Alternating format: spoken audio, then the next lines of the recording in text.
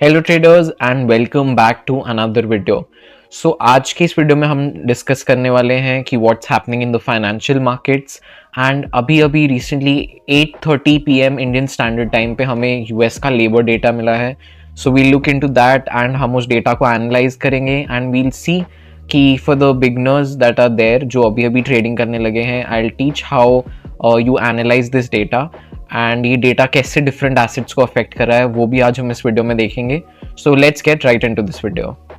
So before we get into this video, जैसा कि मैं हर वीडियो में एक डिस्क्लेमर देता हूँ कि ये जो मैं वीडियोस बनाता हूँ ये किसी भी तरह से फाइनेंशियल एडवाइस नहीं है।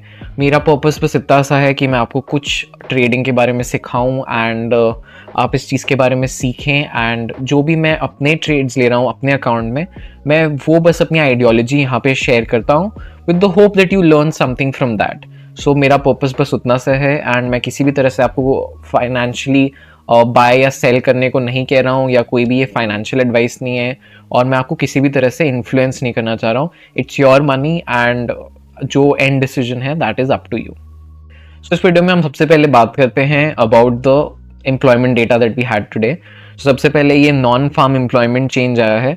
सो जो भी एग्रीकल्चर से रिलेटेड नहीं जॉब्स होती हैं, मतलब जो एग्रीकल्चर सेक्टर के अलावा जो जॉब्स होती हैं उसमें ये हमें आज डेटा मिला है, that is ADP non farm employment change. तो मतलब जो एग्रीकल्चर से रिलेटेड जॉब्स नहीं है उनमें क्या चेंज आया है। तो वी कैन सी हियर कि फोकास्ट था कि 49 के जॉब्स क्रिएट होंगी बट 41 के हुए हैं। So this is a lower number. तो ये हमें एक थोड़ा वीक डेटा प्रिंट मिला है। Now we look at ISM services. तो हम जैसा कि जानते हैं कि जितनी भी यूएस बेस्ड कंपनीज होती हैं, मतलब majority of them like Google, Amazon, ये बेसिकली आपको सर्विस प्रोवाइड करती हैं। सो ये जो सर्विसेज PMI का डेटा है, this is a very good data metric जो कि थोड़ा सा फॉरवर्ड लुकिंग है। ये आपको बताता है how the economy is doing and we can see कि ये डेटा पॉजिटिव है। So this data being positive is good for the stock market. तो we look at this data like that कि हमने जो फोकस था that was 52.2 and we got 54.4 which is actually a very big change. तो मतलब we can see कि the economy is doing well, at least the service sector side of it. उसके बाद हम जो तीसरा डेटा मेट्रिक है उस पर आते हैं, दैट इज जोल्स जॉब ओपनिंग्स। अब इसके अंदर हम वीकनेस देख पा रहे हैं। तो जो आप ट्रेंड आज के भी डेटा उससे अब जो न्यूज़ से देख पा रहे हो, दैट इज अगेन कि जो लेबर मार्केट है यूएस का वो वीक हो रहा है। बिकॉज हमने 7.61 मिलियन जॉब्स फोरकास्ट की थी कि नई जॉब्स इतनी आएंगी, बट एक्चुअल में 7.15 मिलियन जॉब ओपनिंग्स ही थी, which is a lower number than what we forecasted and what the market forecasted.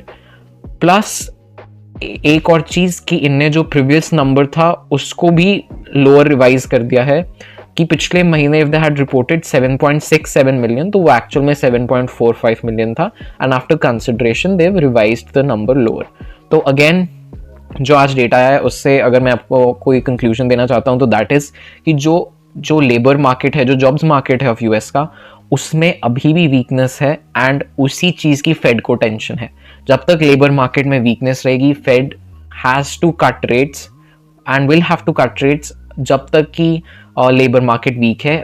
And अगर हमें इस प्रोसेस को स्मूथली करना है तो वी वांट कि inflation should stay under control. अगर ये दोनों चीज़ें साथ में मतलब इन्फ्लेशन ऊपर जाएगा एंड जॉब्स मार्केट डिटेरिएट होता रहेगा तो ये फेड को एक बहुत मुश्किल पोजीशन में डालेगा।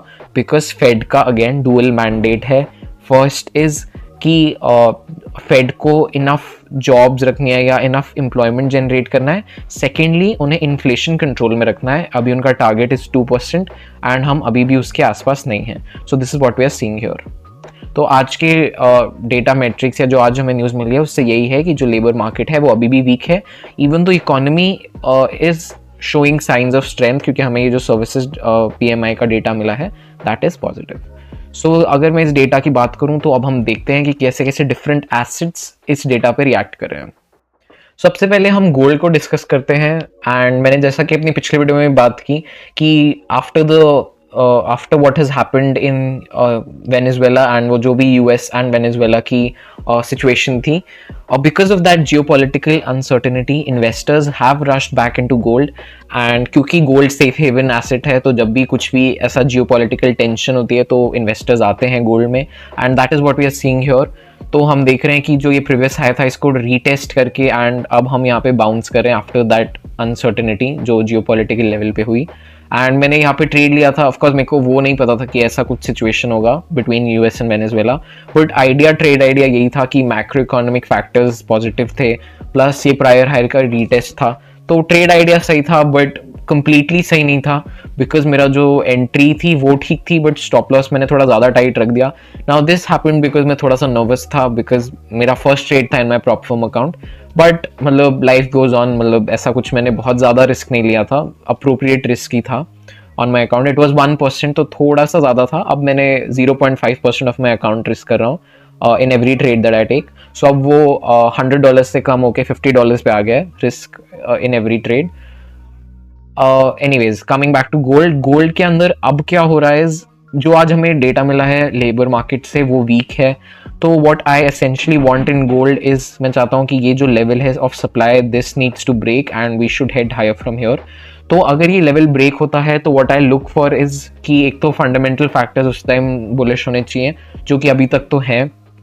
एंड अगर ऐसा होता है तो then what I do is कि मैं फिब लेवल अपना प्लेस करूंगा and I look for trades. Then मैं गोल्ड के अंदर सेटअप्स देख रहा हूँ एंड फंडामेंटल्स अच्छे हैं। इट्स जस्ट दैट कि अब मेरे को टेक्निकल लेवल पे एंट्री नहीं मिल रही है, बिकॉज मैंने यहाँ पे एक अच्छी एंट्री मिस कर दी कह लो, या एंटर तो मैंने किया था बट स्टॉप लॉस हिट हो गया, तो वो हो चुका है। तो अभी मैं जब तक कोई अच्छी और एंट्री नहीं मिलती है गोल्ड में, I will not trade this pair, even though अभी तक का मेरे को जो एसेट सबसे अच्छा लग रहा है to trade fundamentally is gold for 2026। तो मैं गोल्ड को डेफिनेटली वॉच कर रहा हूँ and I will let you guys know अगर मैं इसमें कोई ट्रेड लेता हूँ। As for how gold is reacting to this data, तो अभी उतना ज़्यादा कुछ मूवमेंट नहीं है, बट आई थिंक जो वीक डेटा आया है that should be a positive catalyst for gold, क्योंकि लेबर मार्केट वीक है तो फेड रेट कट करेगा and that is my idea. Okay, so ये ट्रेड जो मैंने अभी भी लिया हुआ है अपने प्रॉप फर्म अकाउंट में, that is on New Zealand dollar / US dollar.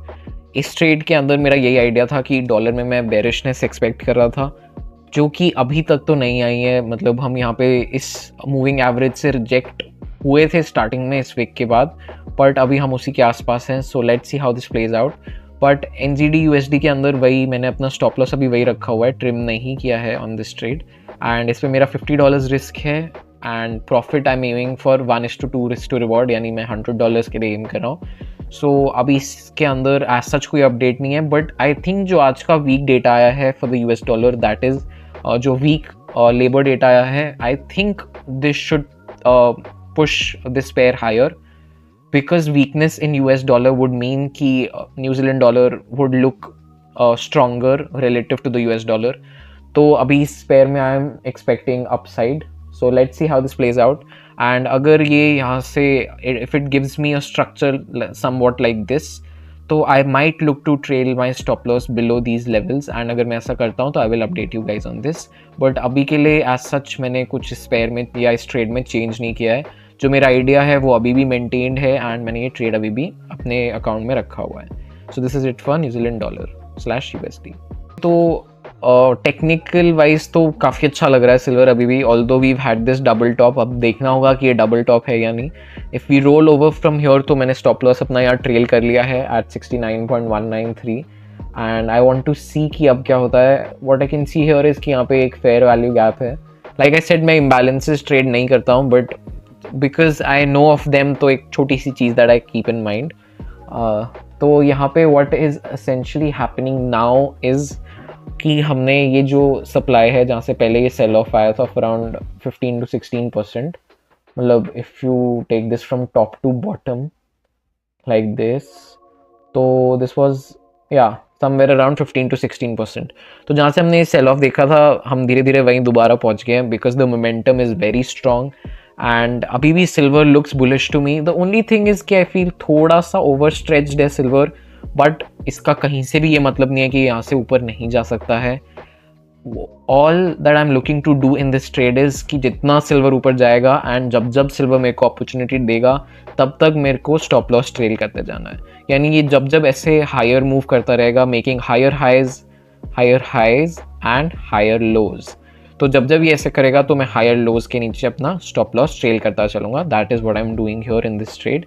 And अगर ऐसा नहीं होता है, अगर हम अभी से ही नीचे आ जाते हैं लाइक दिस, तो फिर मैं इस ट्रेड से बाहर हो जाऊंगा एंड मैं अपनी पोजीशन क्लोज कर दूंगा। सो अगर आप मेरे से बायस पूछेंगे तो I think silver still looks good. And अभी तक आई थिंक जैसे सिल्वर में what has happened over the years is, मतलब हिस्टोरिकली सिल्वर के अंदर होता है कि we shoot higher and then what we do is, if I go to the 12 month time frame, तो इसके अंदर what you will be able to see is कि हम यहाँ पे, मतलब वो usually what happens in silver is कि आप यहाँ पे एक रैली देखते हो and then you see this blow off top and we then crash from there again. Similarly हमने इसमें भी यही देखा in 2010, we saw this rally take place and उसके बाद हमने ये ब्लो ऑफ टॉप देखा एंड वी केम लोअर।